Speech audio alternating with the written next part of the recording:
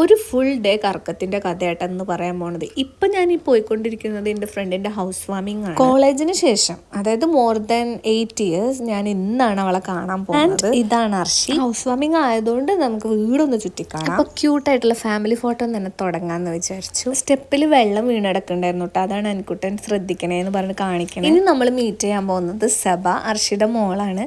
അവള് കാരണമാണ് ഞാൻ ഇന്ന് ഈ ഹൗസ് വാമിങ്ങിന് വന്നത്. അവളിൻ്റെ വീഡിയോസൊക്കെ കാണാറുണ്ട്. അപ്പം ഉമ്മച്ചീനോട് ഇന്നെ പ്രത്യേക ക്ഷണിക്കണമെന്ന് പറഞ്ഞു. സത്യം പറഞ്ഞാൽ ഞാൻ കുറച്ച് നേരത്തെ ആയി പോയി എത്തിയത്. അവർ റെഡി ആവുന്നേ ഉണ്ടായിരുന്നുള്ളൂ, ഗസ്റ്റൊക്കെ വന്നു തുടങ്ങണേ ഉണ്ടായിരുന്നുള്ളൂ കേട്ടോ. കോളേജ് മേറ്റ്സിനൊക്കെ മീറ്റ് ചെയ്യണം എന്നുള്ളൊരു പ്ലാനിലാണ് പോയത്. പക്ഷെ അവരൊന്നും എത്തിയിട്ടുണ്ടായില്ല.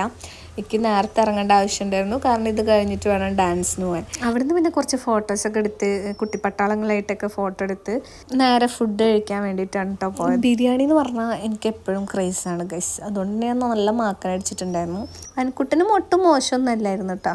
അർഷി പിന്നെ ഇടയ്ക്ക് വന്ന് കഴിക്കുന്നൊക്കെ പറയാൻ വേണ്ടി വന്നതാണ്. പക്ഷെ അതിൻ്റെ ആവശ്യമുണ്ടായിരുന്നില്ല, ഞങ്ങൾ ഓൾറെഡി നല്ല മാക്കനടിക്കുകയായിരുന്നു.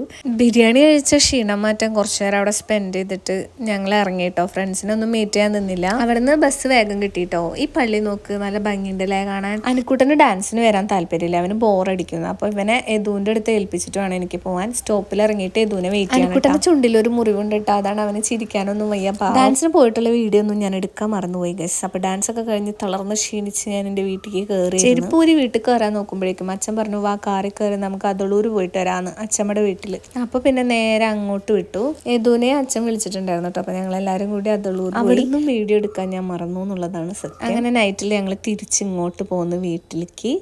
വരുന്ന വഴി അച്ഛൻ തിയേറ്റർ ഇട്ടിട്ട് നമ്മുടെ ഹാർബർ ഹെറിറ്റേജിന് നേരൊക്കെ ഇങ്ങനെ വണ്ടി തിരിക്കേണ്ടിയിരുന്നു. അപ്പോൾ യദുവിനും എനിക്കും എല്ലാവർക്കും ഒരു സന്തോഷം. ഇന്നത്തെ ദിവസം കൊള്ളാം.